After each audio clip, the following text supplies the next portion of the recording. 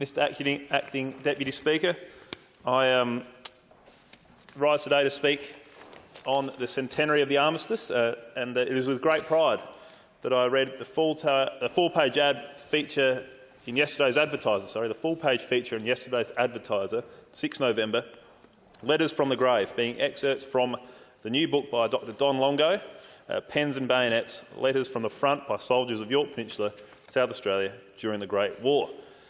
It's a publication that I'll be honoured to launch on Sunday at the centenary of the Armistice celebrations at Moonta. Pens and Bayonets explores the experience of the Great War by rural South Australians, of war seen through their eyes and described in their own words.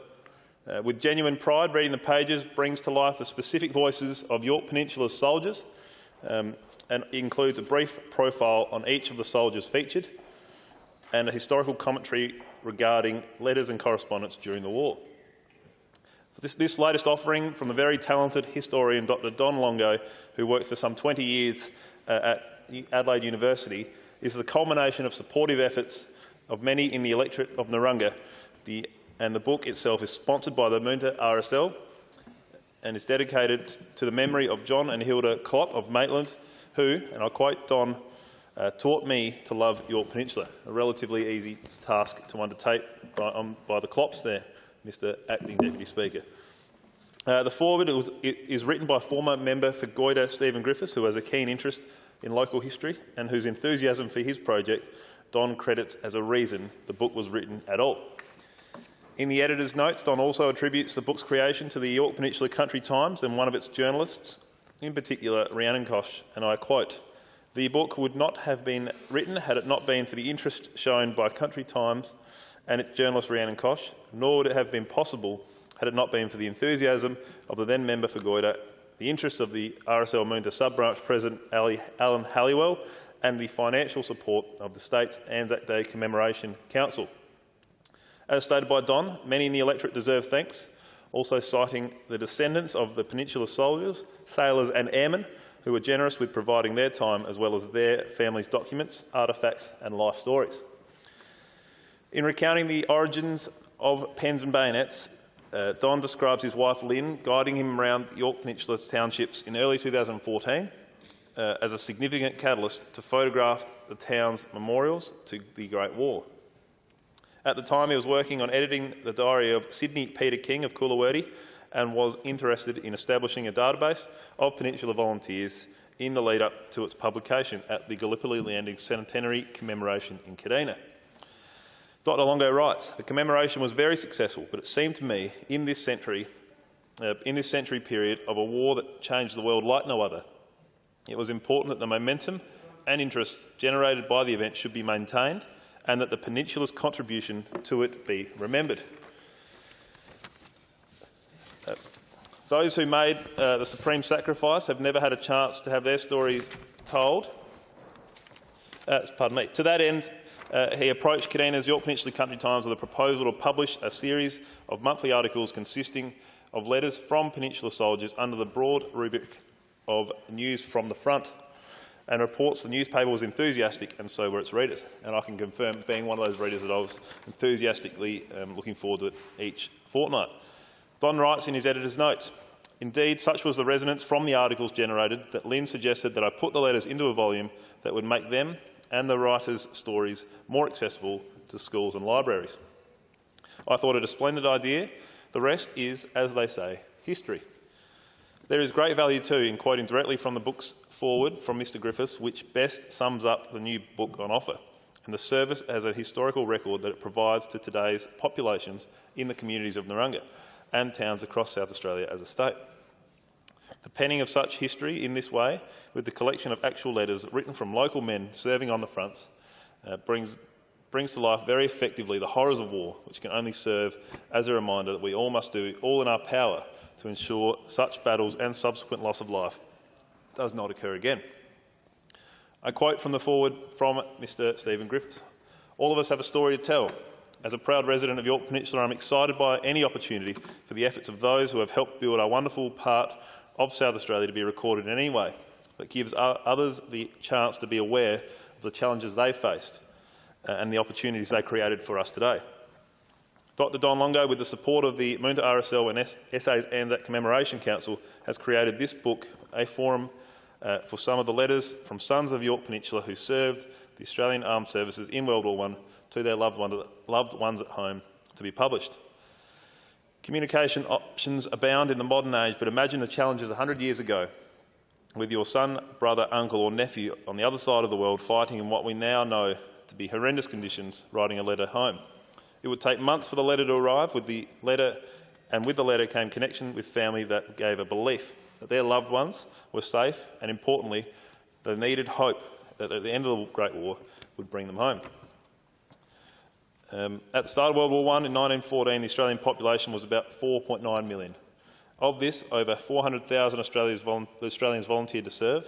For males aged between 18 and 40, it resulted in nearly 40% being in uniform. These volunteers made our nation proud. These volunteers created a respect for Australians around the world. The opportunity for these letters to be published is a chance for us all to connect in a small way with the events of 100 years ago. For York Peninsula residents, family histories contain thousands of names of those who have served our nation, but in the majority of cases, little is known, particularly from a century ago, of what these men actually went through. The preface from another staunch supporter, Moonta RSL, Sub-Branch President Alan Halliwell, also highlights more efforts from Narungga constituents who value not only Dr Longo's important work, but the value of commemoration of the signing of the Armistice 100 years ago. It reiterates the importance of giving a voice to the brave men who left family and friends on York Peninsula to fight for our freedom. In the words of Mr Halliwell, these men left their jobs, farms, families, answered the call willingly as volunteers, with many thinking it may all be over before they got in the action. How wrong they were, Mr Acting Speaker. I quote President Halliwell now. The letters were written during quiet periods and gave us an insight and sometimes graphic account of the day-to-day encounters during the Gallipoli campaign and various offensives on the Western Front and Palestine. Thus, it is with enormous pride and humbling experience that it will be that I'll play my small part in the journey of these published letters this Sunday by launching Pens and Bayonets. I very much am looking forward to this weekend of Armistice Day 100th anniversary celebrations, which at Moonta will include a family service under the stars at Moonta Mines Museum, which has a wonderful display concurrently with the history of the local Moonta soldiers as well, and some wonderful artefacts that have been rescued from the Great War. And they do a wonderful job there at the National Trust Moonta to put together that wonderful display. It will include a street parade, family festival, RSL Remembrance Day service, a Moonta Remembers art exhibition, as well as the formal launch of the Pens and Bayonets book that we have talked about thus far. It is personal reminiscence that so powerfully resonate and bring to life, and therefore meaning, the realities of war and serve against allowing such atrocities to again occur. The publication is a valuable contribution to the studies of the Great War and the role York Peninsula played in it. I also had the great pleasure of attending the Wallaroo RSL 100th birthday in August. And there was a 5-day celebration organised wonderfully by President Glenn Boyce, Secretary Carol Coombe and the entire committee, and they really had a busy schedule. Starting on the 1st of August, the Wallaroo RSL Sub-Branch Open Day, which had a wonderful collection of historical memorabilia and quite a full room when they've jammed all of it in there, but it was tremendous to walk around and have a look at all the things they had on display. Had a school picnic and a quiz evening, which unfortunately I was unable to attend, but I'm led to believe were wonderful events nonetheless. On Saturday night, which I was able to attend, Mr Acting Speaker, there was a cabaret night, old-style dress optional, and I took the option of not dressing up, unfortunately, but it was optional. But Peter Gers from ABC Radio was the host there, and a tremendously engaging and funny man he was on that night. And it was a great night, well-attended night, and a tremendous organisation by all involved, with some local singers, making tracks with Lynn and Sandy and Janine Mercer from Kadina. They were all on hand on the Saturday night. And then perhaps a piece de resistance, Mr Acting Speaker, was the march on Sunday, which was tremendous. Even had a horse involved in it. They were going to do the riderless horse, but struggled to figure out how to make it go where they wanted it to. So they ended up being a road horse that marched down the street, and then alongside all the return service men and women that we have in the Copper Coast particularly, and they came from far and wide, RSLs around the state to celebrate with the Wallaroo RSL on their 100th birthday. So tremendous work by Carol, Glenn and the rest of the committee at the Wallaroo RSL for celebrating their 100th birthday in style. And it goes to show that the service of those men and women is not being forgotten. And as they say, we will remember them, as we say, each Anzac Day and Remembrance Day. And through the efforts of authors and historians in the ilk of Dr Don Longo and members of local RSL branches such as the Moonta and Wallaroo RSLs, that is indeed occurring and will continue to occur. So particularly on this 100th anniversary, we do and will remember them. Lest we forget. Member for Badcoe. Member for Flinders. Member for Flinders has the call. Thank you, Acting Deputy Speaker.